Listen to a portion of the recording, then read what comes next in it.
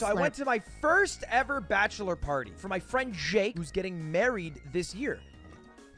Jake did the very conventional bachelor party location of good old Las Vegas, Nevada. Las Vegas, baby. All of my friends, Jake and everybody, they were Ubering to the casino, and I got there early. In the 10 minutes it took for them to Uber over, I lost $3,000. Oh. Okay, Saturday starts, and this is the big day. This is the full day I'm there. Now, I went to bed at like 6 a.m. because I was degenerately gambling, but we had to wake up at 10:30 to go to a pool party. Our main man, David Guetta, was performing at 11 a.m. So we all got up at 10:30, and like just to paint a picture, it was about 8 of us, and we were all wearing shirts that said, "I'm not the groom, but I'm a groom's man." Matching. All of us, except for Jake, who's wearing a shirt that's like, who's got 2 thumbs and's getting married? This guy. We were those people, okay? That was us. I know, it's a bit cringe, okay? We were walking through cute, though. in IRL getting Pepe paints. That's really funny. This is American culture. Get used to it, baby. So we walk over, and they were telling me horror stories. They're telling me about how, oh, yeah, this is like the hottest pool club in all of Vegas. The line last time took an hour. We should have got here way earlier. We pull up at 11:15. David Guetta was supposed to start at 11. Oh, no. The line is empty. It takes about 60 seconds to get in. We go into the actual club. There's a bunch of pools. Nobody's there at all. It's a ghost town. All the pools have 0 people in it. There is one dude on the dance floor who's doing this. By himself. Let's go. And I swear to God, 3 people film him, laugh, and walk away.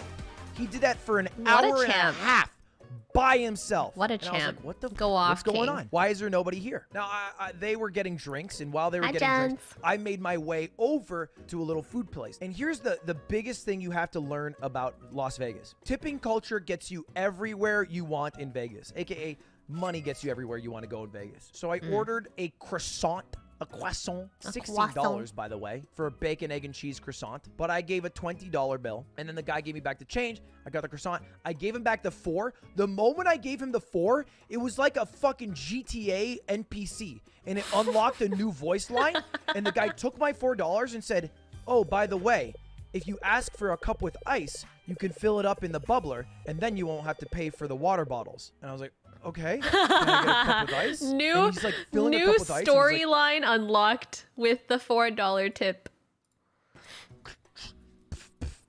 And then while he's doing it, he's like, oh, and I should mention, David Guetta's not getting here till 3:30. Good luck.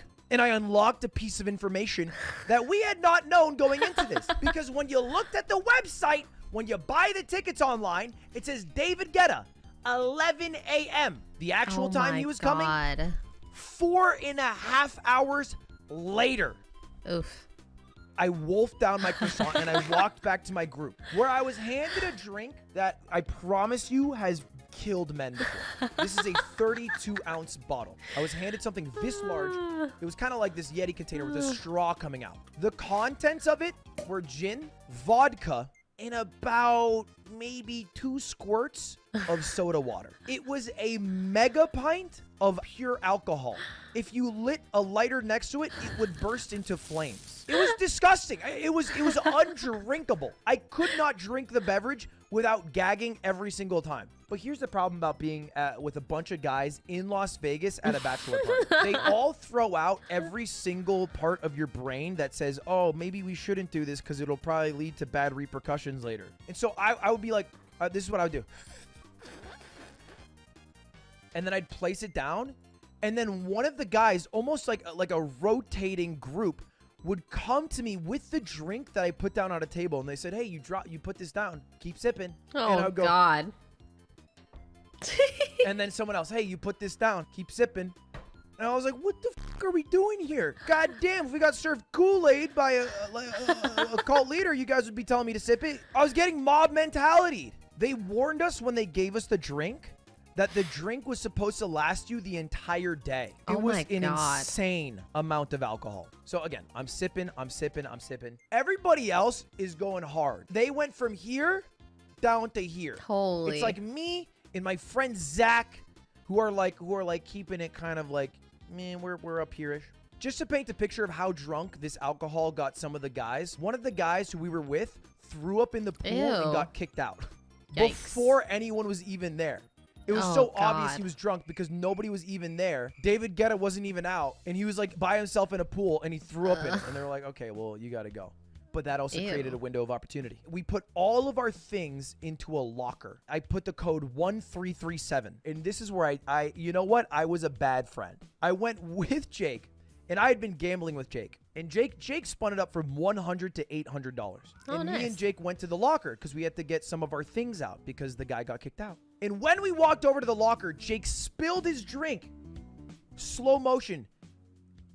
And maybe a third of it poured out. And he's like, oh no, that was like $40 of alcohol. And I was like, oh dude, no, that sucks. Let me just fill it up a bit for mine. And he hesitates for a moment, and he has like two parts of his brain. One that wants to bully me into drinking, and the other that wants to drink himself. And he's like, oh, okay.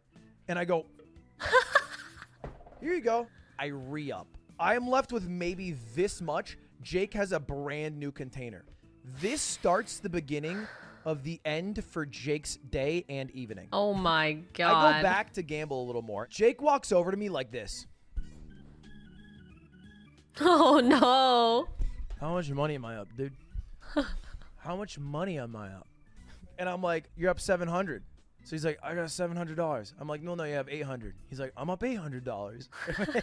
He's like, dude, give me some money to gamble with. I'm like, no, Jake, you shouldn't. But he keeps pushing me. So I give him like a couple hundred to play with. 5 minutes later, he comes right back. Can you give me some money to gamble with? Jake, what happened? He's like, well, I lost the money, but I need to win it back.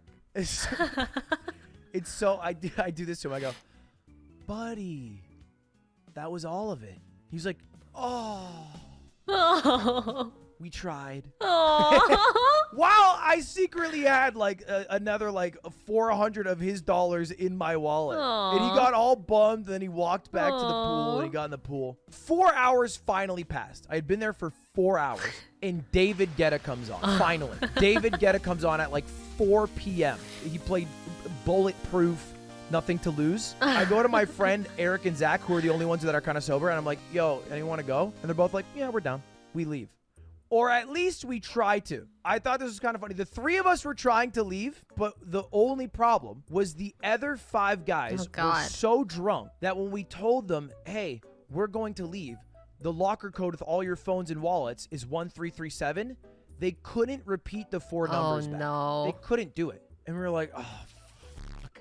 I mean, that's tough. You can't leave 5 drunk guys who won't be able to figure out how to get their phones and wallet alone in Las Vegas. So Ludwig 7s for Zach. He stays behind. Oh, no. Absolute trooper. Just so he can put in 1337, and then me and Eric take our leave.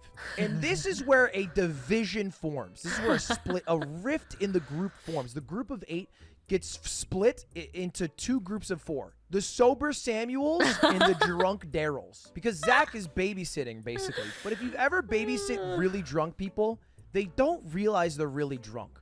And so Zach's like trying to get all these people to go back, and they're like, no, I don't want to do it. Oh, he no, eventually gets them all home. They all pass out. We have an entire night planned, and they are out cold. And it is just us 4 sober Samuels left to hang out. So it's me, Artie, Zach, and Eric.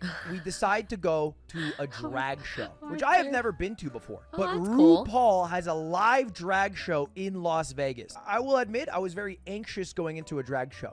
Because I don't know. I was scared that I'd go into the drag show and they'd be like, get out of here, straighties. But what I didn't realize is that RuPaul's Drag Live at the Flamingo is a very popular show. And we were getting our tickets very last minute. So I ended up sitting at a table with 4 other people who I didn't know at all. Oh my God. Like, I kind of thought we were all going to be sitting together. But I was sitting by myself with a gay couple and then another gay couple. And then just me, the straighty. I guess I should give you a little bit of context. So funny. Vegas is an area where people are known perhaps to occasionally partake in a bit of drugs. Drugs are done. I'm not a drug guy. I don't condone drugs. I had partaken in the weed.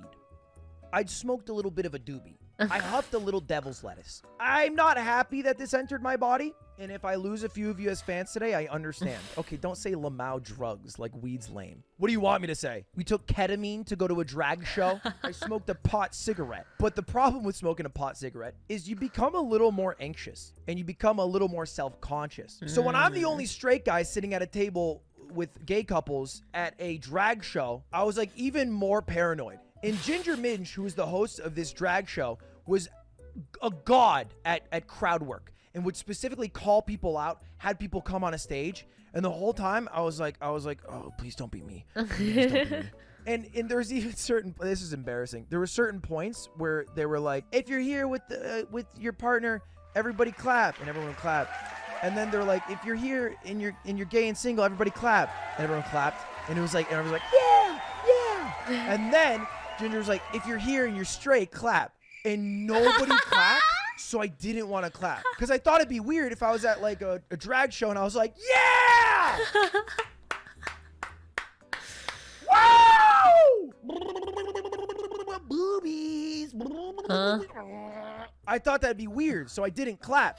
But the problem with not clapping is it made everybody at the table with me think I was gay. Which isn't that big of a deal, by the way. I'm okay with them thinking that. But so the way it worked is there was two booths that were U-shaped. So it was like this and like this. And I was sitting here, and my friend Artie was sitting here, and there was a divider between us. And he did the same thing I did because we both smoked weed and we were both self-conscious. And when he sat down, his booth wasn't fully filled out. And there was like these two older women. And they were like, oh, you're going to love who you're sitting next to. And then the other person goes, or maybe you're gonna hate it. And my friend Artie was like high and self-conscious. And he's like, cool. And then walk in two young women. And then they sit down and he doesn't clap at the part where they're like, clap if you're straight. And they're like, oh, so you hate this.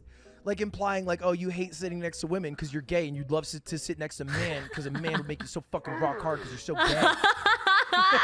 gay. Dude, the guy behind me kept chirping too because if you've never seen RuPaul's drag show, it's basically 5 people who are doing drag. Naomi Smalls, godlike, like 8-mile-long legs. Naomi, if you guys know RuPaul's, I stand Naomi Smalls. Everyone else, you can throw them out. Not as big of a fan. But they have this thing, just to give some context, in RuPaul's drag show, they have this thing called Pit Crew. And they go, oh, Pit Crew. And then 5 dudes walk out who are all just ripped dudes. 5 Channing Tatums roll out. And every time they roll out, the guy who's sitting right next to me was like obsessed with this one guy he was like, yeah, number 17. Because they had like numbers because they had jerseys. Number 17. It's like barking.